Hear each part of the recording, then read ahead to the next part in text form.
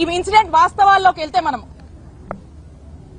ఎవరైతే ఈ మహిళ ఉందో వారి యొక్క కుటుంబం వాళ్ళ ఇంటి ముందు బోరు రిపేర్ చేసుకుంటూ ఉంటే ఆ వార్డు సెక్రటరీ అయినటువంటి టీడీపీ నాయకుడు వచ్చి మీరు మీ ఇంటి ముందు బోర్ రిపేర్ చేస్తున్నారు అని చెప్పి మాకు మామూలు ఇవ్వాలి 10,000 మాకు మామూలు ఇచ్చే మీ ఇంటి ముందు మీ బోర్ రిపేర్ చేసుకున్నాను డిమాండ్ చేశాడు. మా ఇంటి ముందు మేము మా బోరు రిపేర్ చేసుకుంటే నువ్వెవరయ్యా నీకెందుకు ఇయ్యాలయ్యా అని చెప్పి అడిగినందుకు ఇంత దారుణమైనటువంటి పరిస్థితి రోజు నెలకొంది.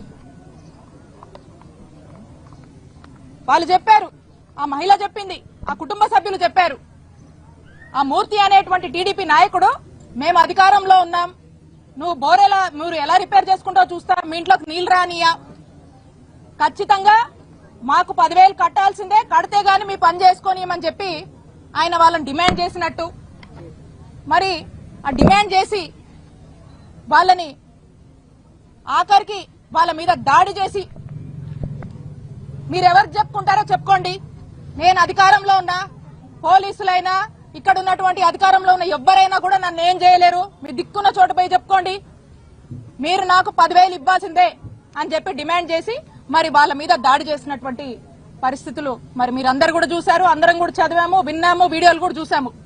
అయితే ఈ గొడవ జరగగానే వెంటనే ఆ ఫ్యామిలీ మెంబర్స్ అందరూ కూడా, ఆ మహిళా కుటుంబ సభ్యులందరూ కూడా వెళ్లి పోలీస్ స్టేషన్ లో కంప్లైంట్ ఇచ్చారు.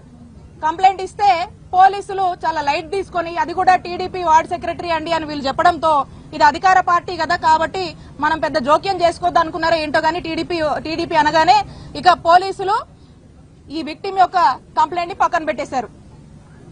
కంప్లైంట్ ఇచ్చి మళ్ళా ఇంటికి తిరిగి వచ్చారు. ఈ మహిళ వాళ్ళ కుటుంబ సభ్యులందరూ కూడా తిరిగి ఇంటికి వస్తే మీరు మా మీద వెళ్ళి మేము అధికారంలో ఉండగా మా మీద కంప్లైంట్ ఇస్తారా, ఎంత ధైర్యం మీకు అని చెప్పి రెండోసారి ఈ టీడీపీ వార్డు సెక్రటరీ ఈ మూర్తి అనే అతను సకుటుంబ సమేతంగా ఇంట్లో ఉన్న అందరినీ ఎంటబెట్టుకుని, మహిళలతో సహా ఎంటబెట్టుకుని 9 మంది వచ్చి మళ్ళా ఈ కుటుంబం మీద దాడి చేశారు. ఏ విధంగా వివస్త్రణకు గురి చేసి ఎంత దారుణంగా ఒక మహిళ మీద దాడి చేశారో మనమంతా కూడా చూసాము.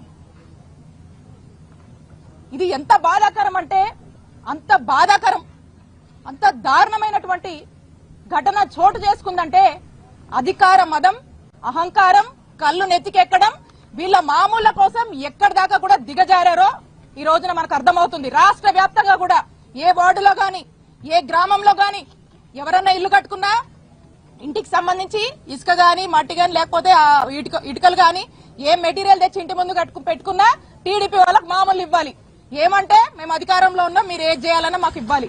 ఇలా రాష్ట్ర వ్యాప్తంగా కూడా ఏ విధంగా దోపిడీకి గురవుతున్నారో చూడండి, ఏ విధంగా దోపిడీ చేస్తున్నారో చూడండి.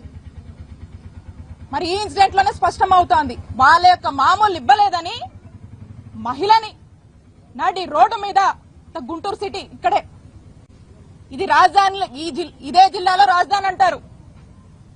మరి ఇక్కడ ఎస్పీ ఆఫీస్ ఎంత దూరంలో ఉంది, కూతవేడు దూరంలో ఎస్పీ ఆఫీస్ ఉంది, ఐజీ ఆఫీస్ ఉంది, 20 కిలోమీటర్లో డీజీపీ ఆఫీస్ ఉంది.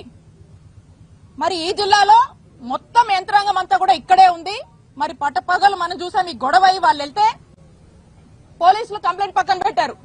రాత్రి వాళ్ళ ఇంటికి వచ్చిన తర్వాత మళ్ళీ వాళ్ళ అబ్బాయి 100 నంబర్ కి డయల్ 100 నంబర్ కి ఫోన్ చేసి గొడవ అయిందని చెప్పి మళ్ళీ గొడవ అయిన తర్వాత కూడా అక్కడికి వెళ్లి పోలీస్ స్టేషన్ లో రెండోసారి కంప్లైంట్ ఇస్తే కూడా పోలీసులు పట్టించుకోకుండా పక్కన పెట్టారు.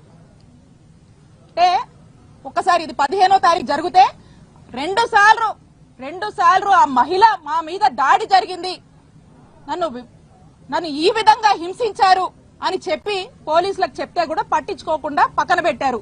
ఆ తర్వాత నెక్స్ట్ డే మార్నింగ్ 16వ తారీఖున ఎమ్మెల్యే దగ్గరికి వెళ్లారు.